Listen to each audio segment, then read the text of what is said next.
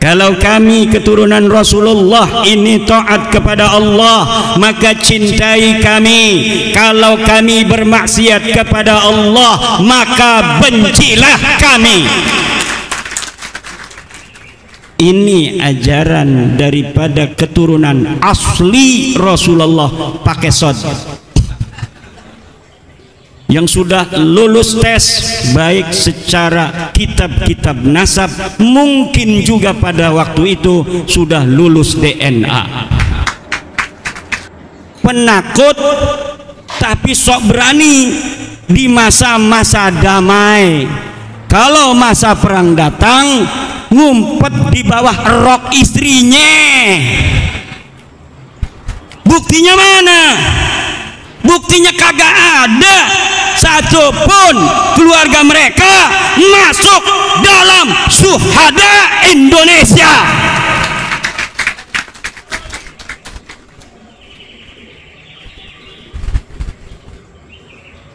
Coba yang pura-pura berani itu, yang sok berani, urut dari namamu sampai Ubaidillah, ada nggak yang mati di medan perang?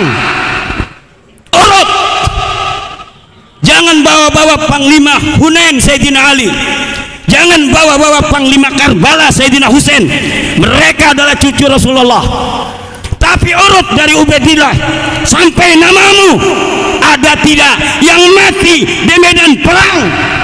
Saya berani untuk bertaruh, tidak ada di antara nama itu sampai mereka yang mati di medan perang untuk membela agama Allah.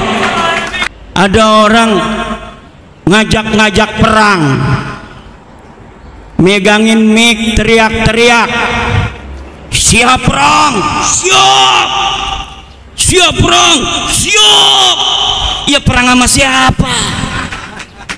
Kita kagak ada musuhnya, betul? Perang sama siapa? Perang sama polisi, bugot ente. Perang sama tentara, Anda mau memberontak negeri. Nggak ada penjajah, kita aman-aman saja. Ngadain acara pada Sukahari ini aman tentram, betul nggak? Malam kemarin saya ceramah ditolak, menolak Imaduddin, pemecah belah umat. Saya datang aja, ngapain coba, mana? Kagak ada yang mongol. Kita sudah bisa ukur, saudara, keberanian orang-orang yang hari ini ada di Indonesia. Orang-orang yang hari ini ada di Indonesia, yang berani siapa? Yang berani adalah mereka, orang-orang Indonesia yang leluhur mereka ada di Surabaya pada tanggal 10 November 1945. Mereka bilang mereka pemberani. Hei, kamu dan keluargamu, ketika 1926 rakyat Banten perang, kamu dan keluargamu ada di mana?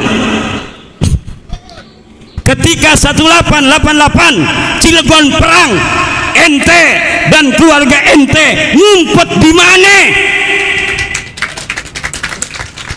Ketika 1825 perang Jawa, ente dan keluarga ente ada di mana?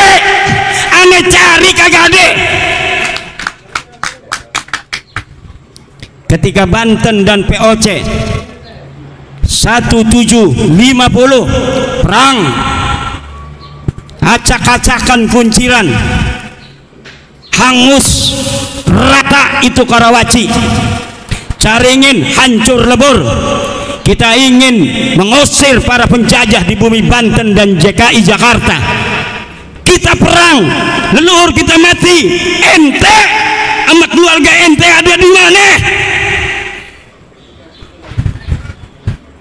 1654 perang Cisadane dengan gaya Manuk Dadali, tentara Kesultanan Banten mengusir penjajah VOC, merebut Cipondoh, merebut Kunciran, merebut Sudimara, merebut Pinang, agar kembali berada di bawah kekuasaan Kesultanan Banten, anak negeri sendiri.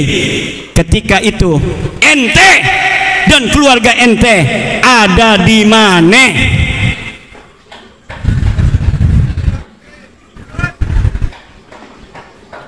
Ketika Sunan Ampel datang ke Banten pengen ngajarin Islam di orang-orang Banten, kemudian Sunan Ampel kagak diterima orang-orang Banten. Kenapa? Karena dia bukan orang Banten. Sunan Gunung Jati ngejar Sunan Ampel, pengen berguru kepada Sunan Ampel di atas gunung apa namanya yang ada di Banten itu, Gunung Santri. Sunan Ampel di Gunung Santri ngajarin santri, orang-orang nggak ada yang mau masuk Islam. Sunan Gunung Jati mendengar Sunan Ampel ada di Banten, dia kejar dari Cirebon. Ternyata Sunan Ampel sudah pulang ke Surabaya. Akhirnya Sunan Gunung Jati kejar ke Surabaya, mondok di Surabaya, lalu belajar agama Sunan Gunung Jati pada Sunan Ampel.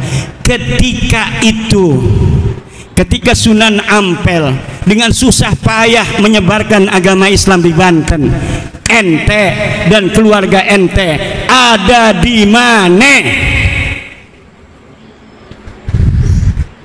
Kemudian kata Sunan Gunung Jati, kata Sunan Ampel, wahai Gunung Jati, kalau kamu mau menyebarkan agama Islam di Banten, kamu diterima di Cirebon, wajar, kamu punya ibu orang Cirebon. Tapi kalau kamu ngajarin agama Islam di Banten, gua bakal diterima. Saya pengalaman di Banten gak ada orang berbondong-bondong mau masuk Islam karena yang nyebarin saya bukan orang Banten. Terus gimana? Wahai guru, saya harus nyebarin Islam di Banten. Ente wirid hijib maghrobi, cewek cantik orang Banten, ambil jadikan istri. Akhirnya ada cewek cantik Nyai Kaung Anten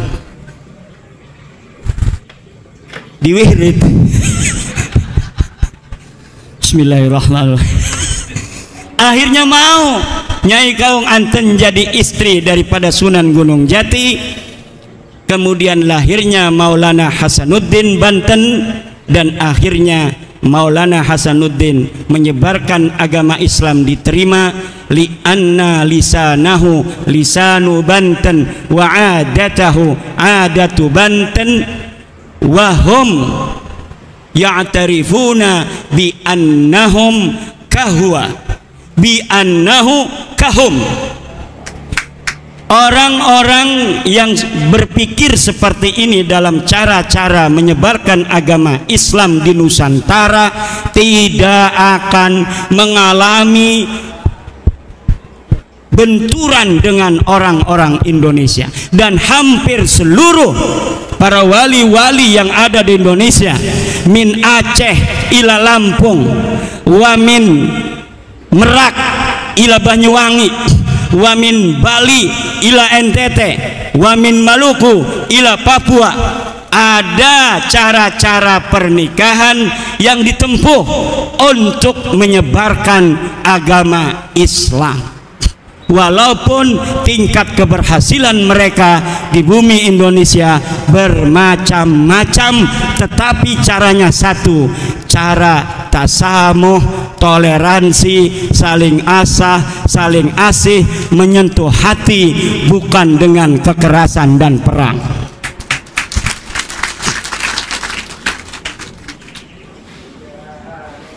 Ini ada orang yang kekerasan, memperlihatkan keberanian di tengah-tengah keheningan. Orang lagi damai, dia, saya paling berani, kita siap perang, takbir, Allahu Akbar. Kata polisi, saya juga Allahu Akbar. Mau perang dengan saya, ini Allahu Akbar, itu Allahu Akbar, samiallahu liman hamidah. Giliran zaman perang kagak ada di sejarah, gimana urusannya? Kita baca-baca, ini ada kagak yang mati di medan perang? Ada enggak nih dari suhada 10 November? Kagak ada. Ada enggak di 1888 perang Cilegon? Kagak ada. Yang ada fatwa bahwa yang berontak pada orang kafir Belanda itu adalah orang yang melawan ajaran agama.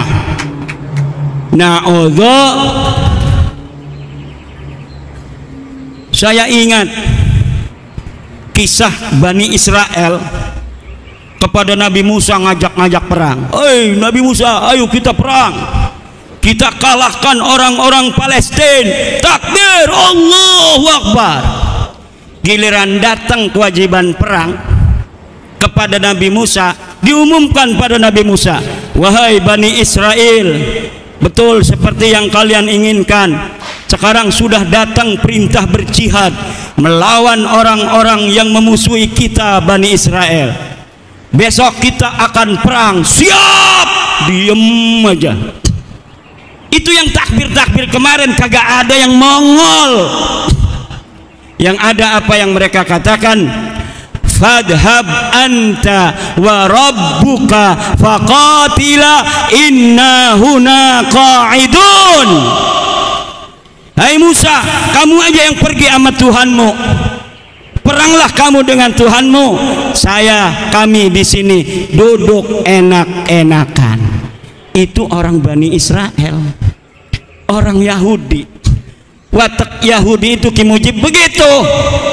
Satu ciri-ciri Yahudi, kalau lagi masa damai ngajakin lagi perang kagak mau dia. Ngapain gua, katanya mati nanti. Paling takut orang Yahudi pada kematian, saudara. Orang Yahudi paling takut itu ciri Yahudi pertama tuh. Penakut tapi sok berani di masa-masa damai. Kalau masa perang datang, ngumpet di bawah rok istrinya. Buktinya mana? Buktinya kagak ada satupun keluarga mereka masuk dalam syuhada Indonesia.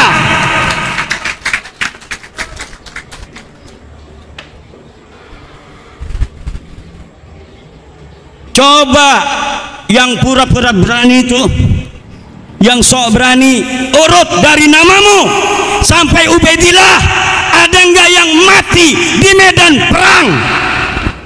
Urut. Jangan bawa-bawa Panglima Hunain Sayyidina Ali, jangan bawa-bawa Panglima Karbala Sayyidina Husain. Mereka adalah cucu Rasulullah.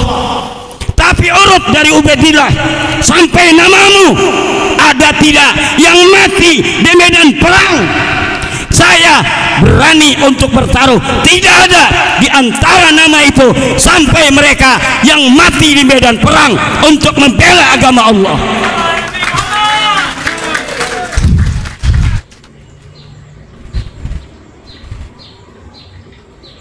Ini ada penyanyi dari Solo,